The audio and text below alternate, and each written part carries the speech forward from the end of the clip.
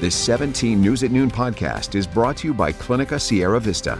Welcome back to the 17 News at Noon podcast, where we share your news on your schedule. Good afternoon, and thanks for joining us for the News at Noon. I'm Alex Fisher. This morning, funeral services were held at the National Cathedral in Washington, D.C. for former Senator Bob Dole. President and Jill Biden, Vice President Harris, former President Bill Clinton, and leaders from both houses of Congress joined Bob Dole's wife Elizabeth, his daughter Robin, and the rest of his family to say goodbye to an American icon. The Kansas native overcame serious battlefield wounds during World War II to rise to the top of the political world. He was twice named the Republican presidential ticket and earned his place among the leaders of our country. President Biden spoke about Dole's legacy and shared one of his favorite memories of his fellow colleague. It came time for literally the deciding vote on whether we're going to defund Amtrak. And he cast the vote against his party, deciding to keep funding Amtrak. And obviously, my guess, he was asked why. Why would you do that? He said it's the best way to get Joe Biden the hell out of here at night so he's not home no morning. Excuse my language. True story. Absolutely true story. God, I love the guy. Another service was held at the World War II Memorial. Bob Dole died Sunday at the age of 98. The United States Supreme Court issued a ruling today concerning the abortion law recently passed in Texas, known as SB 8. In an 8-1 vote, the High Court ruled that a lawsuit filed by abortion providers challenging the state's new law can move forward. However, the justices will allow the law that can remain in place while the case is being argued. The court said a second lawsuit, this one filed by the Justice Department, could not move forward. The law in question restricts abortions in the state after a fetal heartbeat is detected, usually around the 6th week of pregnancy, before many women know they are pregnant. SB 8 does not rely on state officials for enforcement, but rather empowers private citizens to sue doctors or anyone else who aids in the procedure for at least $10,000. We are learning more about the siblings killed, and a Bakersfield family is reeling from the loss of a young brother and sister who died when a car careened off a city street and struck them as they stood on a sidewalk. 17's Robert Price has more. A simple, protective act of brotherly love, walking his little sister home from the bus stop, is now an appalling tragedy. 2 young people died in South Bakersfield Wednesday afternoon on the sidewalk. 19-year-old J.J. Malone, a recent graduate of Golden Valley High School, had just met his sister, 10-year-old Kaylee Brown, at the school bus drop-off when a westbound silver sedan veered across the eastbound lanes of Panama Lane, jumped the curb, and mowed them down. The car took out the utility box, sideswiped a telephone pole, crushed J.J.'s bicycle, and smashed into a tree. Police arrested 46-year-old Lisa Gwynn Kaur on a litany of charges, including first-degree murder. Also killed in the crash was Roxy, the family dog. A Good Samaritan rushed the dog to Bakersfield Animal Care Center, where it took its last breath. But those details are the furthest thing on the minds of Kaylee's 5th-grade classmates at Granite Point Elementary. Greenfield School District Superintendent Ramon Hendricks was there Thursday morning with counselors to help the girl's 25 classmates deal with her shocking and sudden loss. I can tell you that it's a difficult day in Greenfield. Whenever you lose one of your shining stars, it is a difficult day. She was a 5th-grade student who was described as bright and intelligent, soft-spoken and reserved. Great kid, and we are going to miss her. First cousins Jada and Kelsey Villatoro said JJ and Kaylee were as close to them as siblings. She loved animals so much. She wanted to be a dolphin trainer when she got older. And my cousin JJ, he was so sweet and so kind. He was a protector, you know, like he would drop everything and be there if you needed him. He knew how to light up a room, you know. Whenever anyone was sad, or JJ always knew how to make them laugh. A memorial of balloons and candles was growing by the minute at the scene of the crash. Annie Sams of Bakersfield, a hospice nurse at Hoffman Hospice, lives in the area. She brought a teddy bear. Just as a mom, I'm just really feeling for this family, and I just wanted to come and show some support. I can't imagine. I held on to my children a little bit tighter last night. Granite Point Principal Gloria Batchone says that all the siblings in Kaylee and JJ's family attended the school. So this is a devastating loss for a Bakersfield grade school that goes far, far beyond one devastated classroom of fifth graders. In Bakersfield, Robert Price, 17 News. Meantime, the woman charged in that deadly crash will make her first appearance in court later today. 46-year-old Lisa Kaur says she was driving home on Panama Lane after picking up her prescription on Wednesday. She says she had a seizure when she was driving and was not under the influence. Police records show otherwise, saying she was, in fact, intoxicated. I'm so sorry to the parents.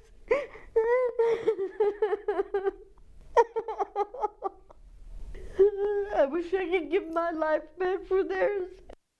Court records obtained by 17 News shows this is not the first time Kaur has been accused of taking or been under the influence while behind the wheel. She has 2 previous convictions for DUI in 2009 and 2013. Kaur admits to those charges, saying she drank to cope with anxiety, depression, and PTSD from abuse. She says she got help about 8 months ago and says a hospital prescribed her multiple different types of medication that made her stop drinking. Kaur says she was picking up more medication just minutes before the deadly crash. Hello, this is Tim Callahan with Clinica Sierra Vista, and we're excited to unveil the Community Health Center of the Future, our comprehensive care center. It's located right across the street from Memorial Hospital. We have every service under one roof, from family medicine, OBGYN care, dental services for adults and children, behavioral health, and much more. So find your way to better care at Clinica Sierra Vista this year at our comprehensive care center. Visit our website, clinicasierravista.org, for the latest on this project. We'll see you soon. And a deadly crash takes a bizarre twist when a survivor in that crash carjacked someone who stopped to help. And today, CHP says they're looking for the suspect. It happened on Interstate 5 north of Herring Road yesterday. CHP says a car crashed into an orchard, impaling one person. Officers say a Good Samaritan pulled over to help, but the driver of the wrecked car took that person's car by gunpoint. CHP says that driver is 27-year-old Jose Alberto Gutierrez. Officers are now looking for the man and are asking anybody who may know where he is to contact them. In sports news this afternoon, 2 Golden Empire football teams are chasing gridiron glory. Both the Liberty Patriots and Independence Falcons have advanced to the sport's grandest stage, the state championships. The Liberty Patriots took down Pittsburgh in the state semifinal, and now they're looking to stop a 10-4 Sarah squad. The SWYL powerhouse has not lost a game since league play began. That was 7 games ago. And now Brian Nixon is just 4 quarters away from bringing a banner back to Bakersfield. And just like Saturday night, Liberty is looking to the community to help fuel their final push. It was awesome. I mean, to see everybody from different schools all be in our student section, just really put on for the city of Bakersfield. You know, it's bigger than, just us at that point. I mean, we really want to, put it on for the city and show Bakersfield is a really good football town. We understand it's bigger than us. It's about Bakersfield, and we got to represent well. The Patriots will leave for Mission Viejo tonight at 6:30. They'll depart from Liberty High, accompanied by a police escort. Everyone is welcome to attend. Meantime, the Independence Falcons are currently on their way to the Bay. After a slow start to the season, the Falcons won 9 consecutive games to put themselves in the state title match against San Marin. We're just really happy to have the support of the town. The phones have been blowing up a little more than usual, and we like that, and we welcome it, and we're ready to head up north and take care of business. Students gathered this morning to send their Falcons off. Mayor Karen Go made an appearance wishing the team good luck. The Falcons loaded up the bus, and behind a police escort, they headed north. Independence is led by Tyler Schilhabel. His path, though, through the world of football is long and winding, but he was happy to end up right back where he started. 17's Chris Burton has his story. It was 2010, and Tyler Schilhabel had just led the Independence Falcons to victory. Starting on varsity for the first time, the junior quarterback hoisted his team to a close win over Clovis North in the season opener. That was the last football game Schilhabel would ever play. But his football journey was just beginning. Every stop that I've had along the way has definitely played a role, and I'm grateful for all the opportunities that I've had, and it's definitely, as a result of my accident. The accident. That's how Schilhabel refers to the ATV crash 2 days after that season opener. The crash that paralyzed him from the chest down. He spent 3 weeks at Stanford Medical Center. A long process, pretty much learning everything, how to do everything just like a little baby would. His recovery was up and down. 6 months in, he knew he'd never walk again, but he tried to keep his head up. My attitude has always been like that, just to stay positive through anything, through any type of adversity. From Bakersfield to college at Boise State to a coaching position with the University of Utah, football was a guiding light. I knew that I always wanted to be involved with football, that I wanted to coach or have some sort of administrative role maybe at a college or NFL level. Schilhabel has a Division I coaching resume. He exchanges texts with Jim Harbaugh. So why is he back here, coaching at Independence? And that deep connection felt like I had a place here, that this was my home, and that, I could make a difference, not just on the field, but in these boys' lives. It's 2021, and Tyler Schilhabel has led the Independence Falcons to victory. 9 in a row, to be precise. He's made good on his promise to make a difference on and off the field.